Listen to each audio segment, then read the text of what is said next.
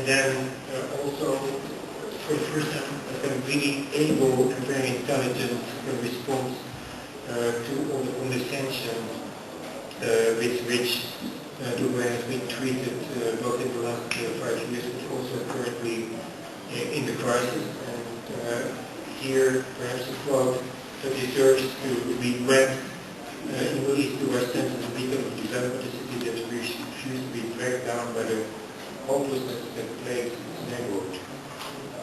And I think it is very important to give the Emirates credit for that kind of environment. Credit also for not necessarily making openness for protest, but definitely the entire Gulf region, maybe timidly, but still becoming more politically overt and working on even a return to a collective air position.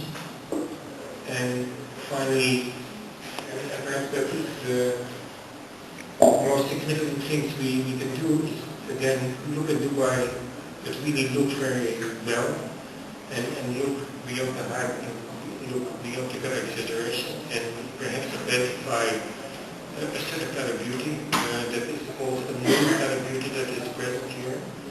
I simply challenge anyone to define all the sources of this work, but at the same time to also deny that there is a degree of authenticity in this kind of work,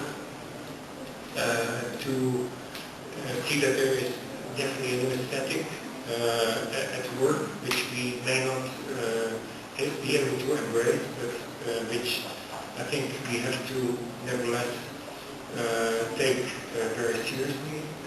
Weird mixtures of the ecological and modern, at least one,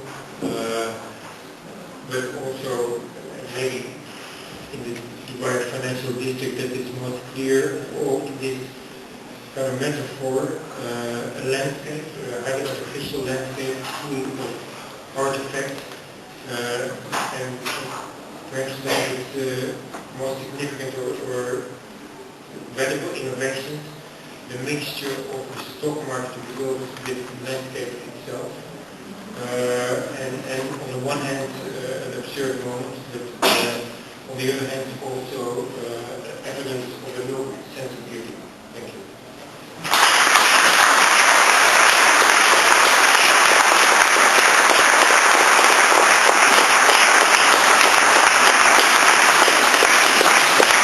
We have 5 minutes for discussion, questions, or comments. So please raise your hand and there's a mic here. If you'd like to speak in the mic because we're recording this session.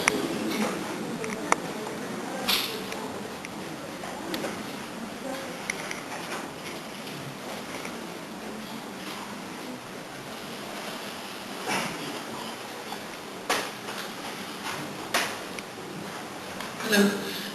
I'd like to know about the Manakh guide. Please your name. Myself from the River Gallery in Washington. I'd like to know about the continuation of the Manakh guide, and how are you planning? Is it as critical as the first one, and does it offer more solutions, or how is it going to be? Well, actually, I'm very happy you were talking about it. There will be a second almanac. We're working on it right now. We got a pretty impressive grant of the Abu Dhabi Planning Authority. And of course it will be as critical as the first one was, but it will also, and in addition, it will also include much more material on Saudi Arabia and on Iran. So we are extending the range, but rather what we try to do, rather than kind of look from the outside, so to speak, at this part of the world, we're trying to look from this part of the world to the outside, and so we are also trying to study the overall effect of the Gulf on the world. And that is a formulation that we made, of course, before the crisis really achieved the kind of strength that it has now achieved. So perhaps part of that, and that therefore it was at the moment where we expected to be able to document the kind of triumphant launch of this, the current Arab world and its impact on the rest of the world. Maybe it will be slightly less triumphalist.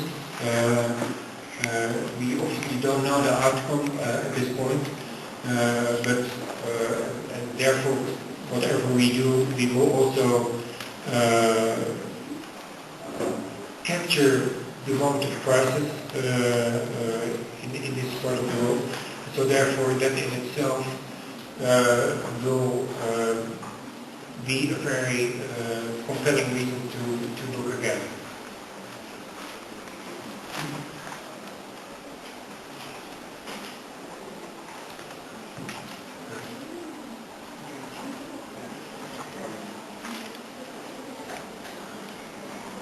Actually, Dr. White is in the room. He's standing there. He's the editor, and I would like you to kind of say something a little bit more, maybe about the Almanac 2. One thing I would add to what Rem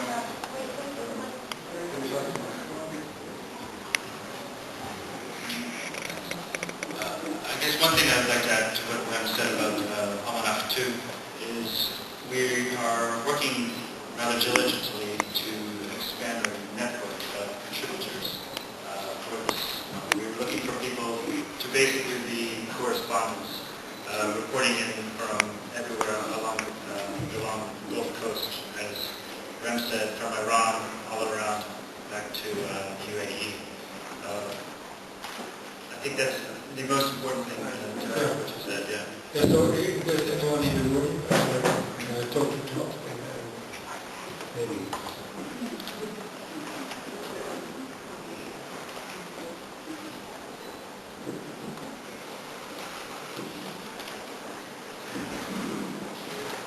My name is Juka. I just want I was a little bit disappointed to